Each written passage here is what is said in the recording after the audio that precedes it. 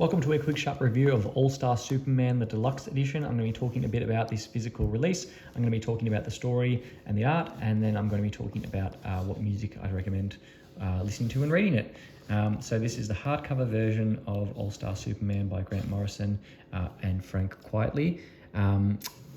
Just having a look at the back here, the dust cover, cool artwork here, and that's sort of just part of the whole title. Take that off, have a look here. Cool sort of sunset image of Superman wrap around here. I thought when I was first reading this that like this Tony Dot was Superman. I thought, oh, that's such a cool idea of like, is it a bird, is it a plane? But then the other one is like this, and I can see little bits. There's multiple around here, so I think it's just, I don't think it's actually there intentionally. In terms of the paper quality, pretty good. I mean, it's fairly sort of thin, glossy paper, but I don't think it's going to rip. And we've got nice binding in the hardcover here. All-Star Superman is a fairly bizarre story, if I'm being honest. I don't read a lot of Superman stories.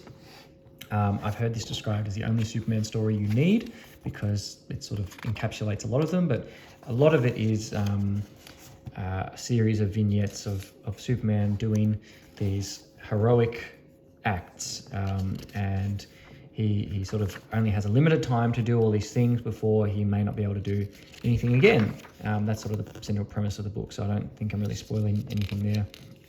It's got some really, really highs. The interactions between Clark Kent and Lex Luthor, I think, are really cool. And I like that Clark in this is depicted as being sort of like this bumbling idiot who's like got his body size is too big for him to like actually manage. So he's always sort of like clumsy, but his clumsiness is him saving people like accidentally, which is a cool idea.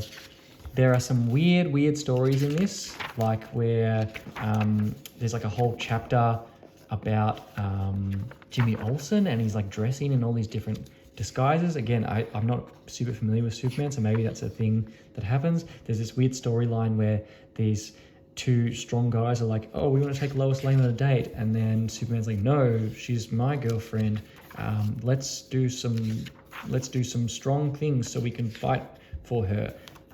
Weird, and I didn't really like that vibe. This is the good chapter with Lex Luthor. This book also has that famous panel of Superman saving a girl who is going to unalive herself, which is a cool moment. But as far as accessible Superman stories go, I don't think this is a really strong one. Here's the thing I was talking about here. It's a nice scene. I think something like the Superman Earth 1 stuff is probably a bit more accessible for people trying to get into Superman. I do know that James Gunn said he's going to take inspiration from this book for the upcoming movie, so I'm not sure in what capacity, because this is really like a bit of a send-off and tribute to Superman. So as for how you adapt that into a new Superman story, the first new Superman movie, is a bit odd, but I do like the idea of him sort of being very casual and relaxed body posture, which I think is what they were trying to encapsulate with that recent image of Superman that just got released. Anyway, and then to listen to, there's a lot of good Superman music out there. I think that Hans Zimmer's work on Man of Steel was pretty excellent. So I probably that's what I'd listen to when I was reading this.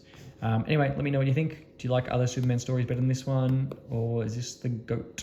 Let me know.